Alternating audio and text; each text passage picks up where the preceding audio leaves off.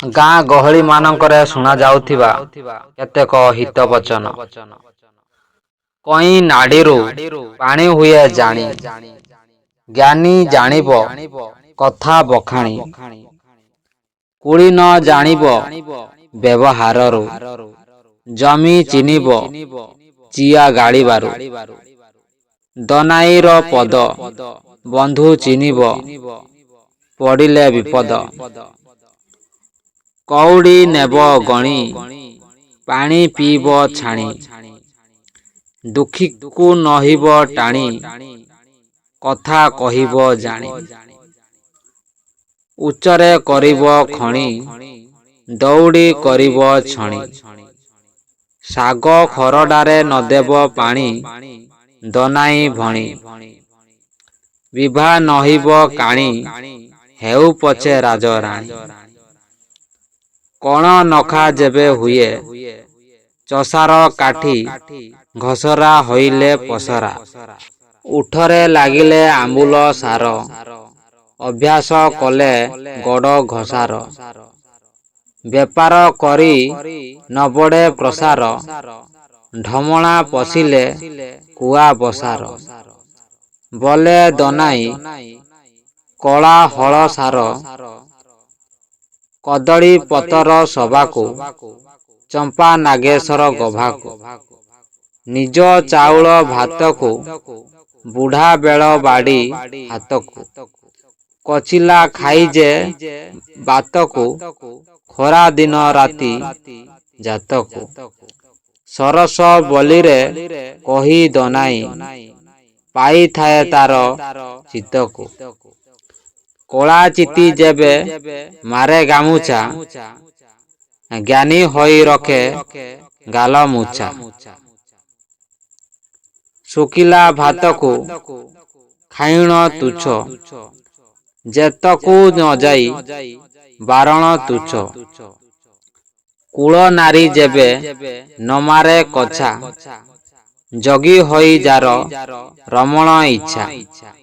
କହେ ଦନାଇ ଏ ବଡ଼ ନିଖୁଚା, କାମ କରିସାରି ବସିବ ଶତ୍ରୁ ମାରି ପଛେ ହସିବ।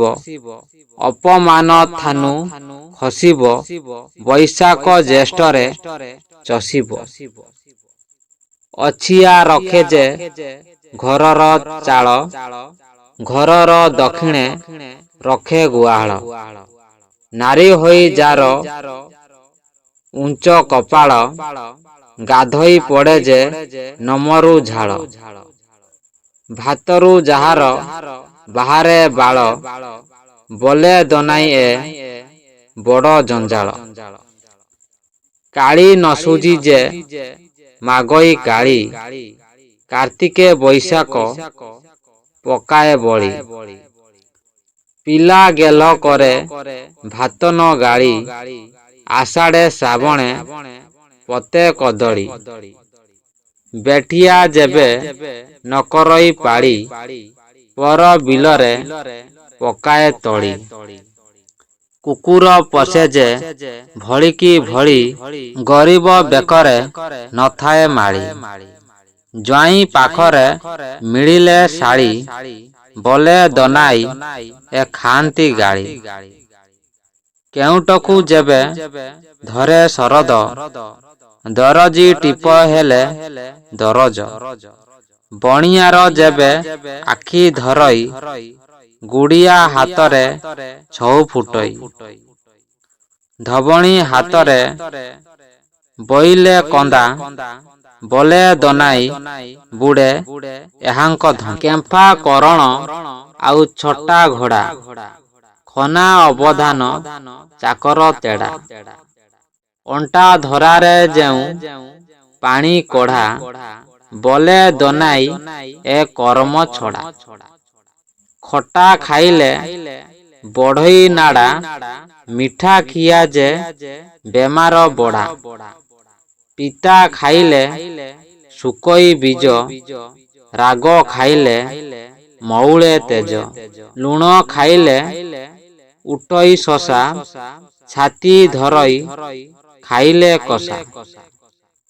ଖରା ଡରୁଆ ଘର ନୁଆଣିଆ ମାଗିବାକୁ ଆସେ ଯେଉଁ କୁଣିଆ, ମିଛ କହି ଠକେ ଯେଉଁ ଗୁଣିଆ, ବଡ଼ି ପରା ବିରି ନୁହେଁ ଫେଣିଆ।